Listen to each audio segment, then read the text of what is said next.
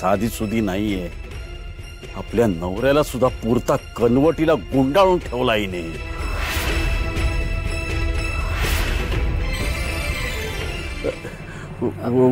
वहिनी, अहो मनात बोललो काय आणि मोठ्याने बोललो काय एकच आहे ना. पण या एका गोष्टींसाठी आपल्या दोघांचं एक मत आहे. पण वहिनी खरं सांगू का, डाव हुकला हो. मी बरा हुकू देईन. बाबाजींचा आशीर्वाद असताना या विधवर मुलीसमोर मी चुकेन असं वाटतंय का तुम्हाला?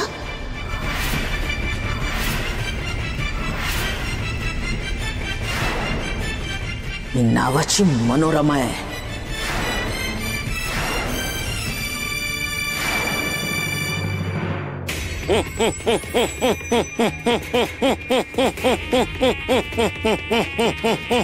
बाबाजी बाबाजी बाबाजी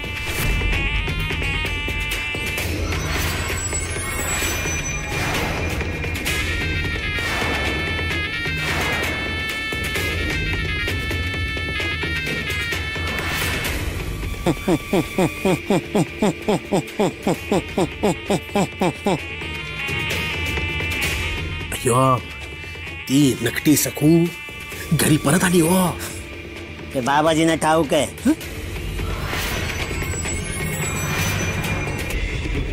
हात नाही लावायचा, पण ही रेषा लहान करून दावायची.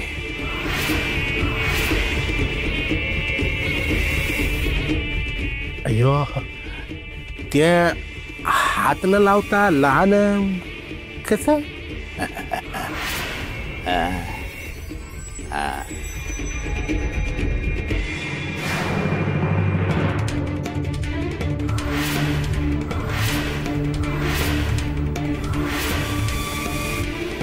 हे असं हात न लावता दावले की नाही रेषा लहान करून. अयो बाबाजी, ते जाऊ द्या. ती सखू तुला काय मी बोलतोय समजत नाही वय?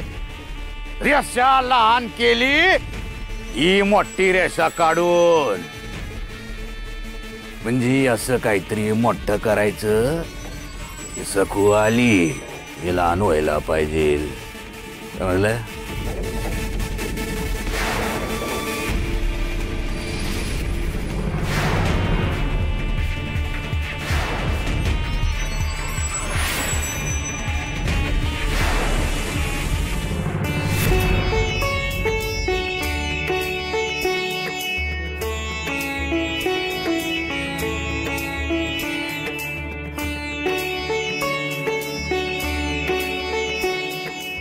अहो, एक बोलू का?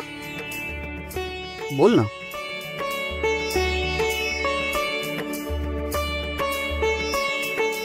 मला की नाही आता खूप म्हणजे खूप बरं वाटतंय.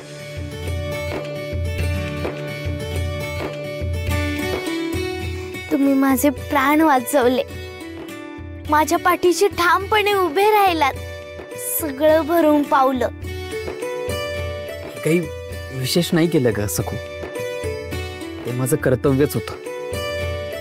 हो, पण तुम्ही इथे राहणार हे सासूबाईंना आवडलं नाही हो. आणि तुम्हाला पण इथे राहण्याचा त्रास होईल. माझं ऐका ना, तुम्ही ना तुमच्या खोलीतच राहा. आणि मला अंगणात परसदारी राहायची सवय झाली हो.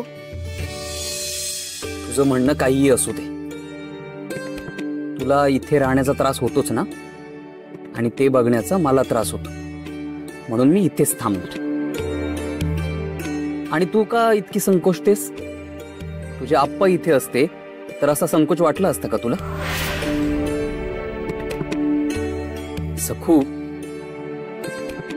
नातं वेगळं असलं तरी माया तीच आहे. शिवाई, तुम्ही माझं ऐकतच नाही.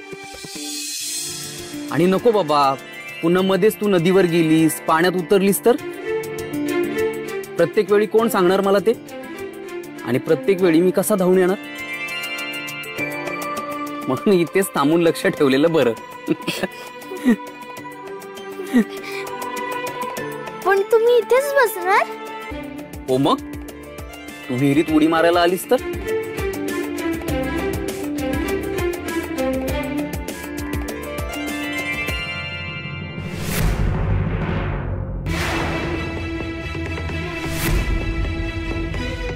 काय चाललंय हे?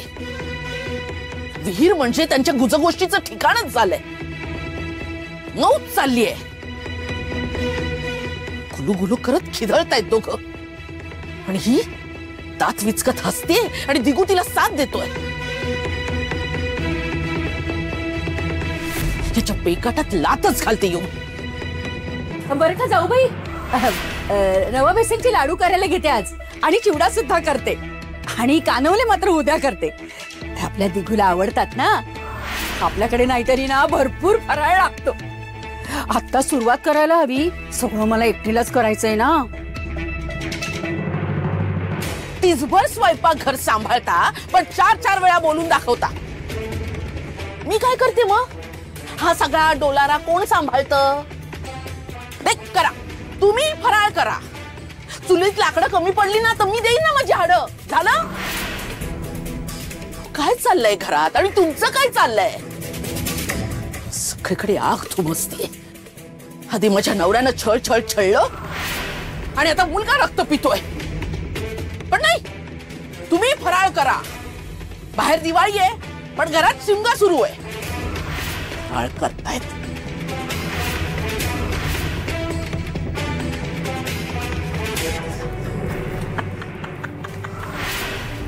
हसायला काय कळलं तुम्हाला? हसताय काय माझ्याकडे बघून? बघितलं नाही महामाया कशी कचा ओरडून गेली माझ्यावर? हे मायलेक आहेत ना, एका क्षणी भांडतील आणि दुसऱ्या क्षणी अगदी एकत्र येतील, आणि नंतर जाऊ बाई मलाच विचारतील, झाला का तुमचा फराळ? अगो बाई अजून नाही झाला. अगं वच्छे, काय त्यांचं मनावर घेतेस? तुला सांगतो ना, या वेळची दिवाळी ना भूतो ना भविष्यती अशी दणक्यात साजरी होणार आहे बघ. हा, तू कर ना, भरपूर फराळ कर, कडबोळी कर, कानवले कर, लाडू कर. अगं मी आहे ना संपवायला. तुला सांगतो ना, मी पण खाणार आहे, आणि तुला पण चवीने भरवणार आहे, कारण या वेळची दिवाळी तशी असणार आहे. हा?